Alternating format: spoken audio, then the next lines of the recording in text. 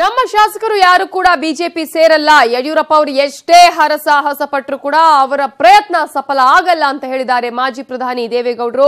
News 18 ಜೊತೆಗೆ exclusive ಆಗಿ ಮಾತನಾಡಿದ್ದಾರೆ. ಮೈತ್ರಿ ಸರ್ಕಾರದಿಂದ ಸಾಕಷ್ಟು ಅಭಿವೃದ್ಧಿಯಾಗಿದೆ, ಆಪರೇಷನ್ ಕಮಲ ಬಿಎಸ್ವೈ ಇಂದಲೇ ಆರಂಭ ಆಗಿದೆ ಅಂತ ಈ ಸಂದರ್ಭದಲ್ಲಿ ವಾಗ್ದಾಳಿ ನಡೆಸಿದ್ದಾರೆ.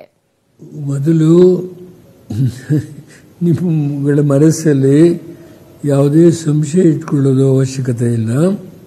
ಇವತ್ತು ನಮ್ಮ ಪಕ್ಷದ ವತಿಯಿಂದ ಹಾಗೂ ಕಾಂಗ್ರೆಸ್ ಪಕ್ಷದ ವತಿಯಿಂದ ಇರತಕ್ಕಂಥ 2 ಜನ ಇಂಡಿಪೆಂಡೆಂಟ್ಸ್ ಸೇರಿ 120 ಜನ ಏನಿದ್ದಾರೋ ಅದರಲ್ಲಿ ಯಾರೂ ಇವತ್ತು ಭಾರತೀಯ ಜನತಾ ಪಾರ್ಟಿಯವರ ಒಂದು ಏನು ವಿಕೃತವಾದಂಥ ಭಾವನೆಯಿಂದ ಅವರ ಪಕ್ಷದವ್ರನ್ನ 104 ಜನ ಕರ್ಕೊಂಡೋಗಿ ಬೆಂಗಳೂರಿಂದ 3000 ಕಿಲೋಮೀಟರ್ ದೂರದಲ್ಲಿ ಇಟ್ಟು ಇಲ್ಲಿಂದ ಬರ್ತಾರೆ ಅಂತ ಹೇಳಿ ಈ ಕಡೆಯಿಂದ ಎಲ್ಲ ಗುಲ್ಲೆಬ್ಬಿಸಿ ಏನು ಮಾಡಿದ್ರು. ಇವತ್ತು ಅವರು ನಿರಾಶಾವಾದಿಗಳಾಗಿ ವಾಪಸ್ ಹರಿಯಾಣದಿಂದ ಬರೋದು ಅವರಿಗೆ ಅನಿವಾರ್ಯ.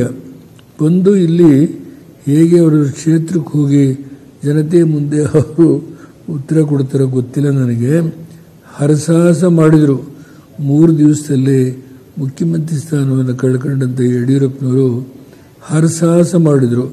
ಏನಾದರೂ ಚುನಾವಣೆಗೆ ಮುಂಚೆ ಮುಖ್ಯಮಂತ್ರಿ ಆಗಲೇಬೇಕು, ಪಾರ್ಲಿಮೆಂಟ್ ಚುನಾವಣೆ ಕಳೆಯೋದಕ್ಕೆ ಮುಂಚೆ ಅಂತ ಪ್ರಯತ್ನ ಮಾಡಿ ಇದು ಕೊನೆಯ ಹಂತದ ನಿರಾಶೆಯವರಿಗೆ ಅನ್ನೋದನ್ನು ಮಾತ್ರ ಅಷ್ಟು ಹೇಳ್ತೇನೆ. ಯಾರ ಬಗ್ಗೆನೂ ನಾನು ದೂರ್ಲಿಕ್ಕೆ ಹೋಗಲ್ಲ.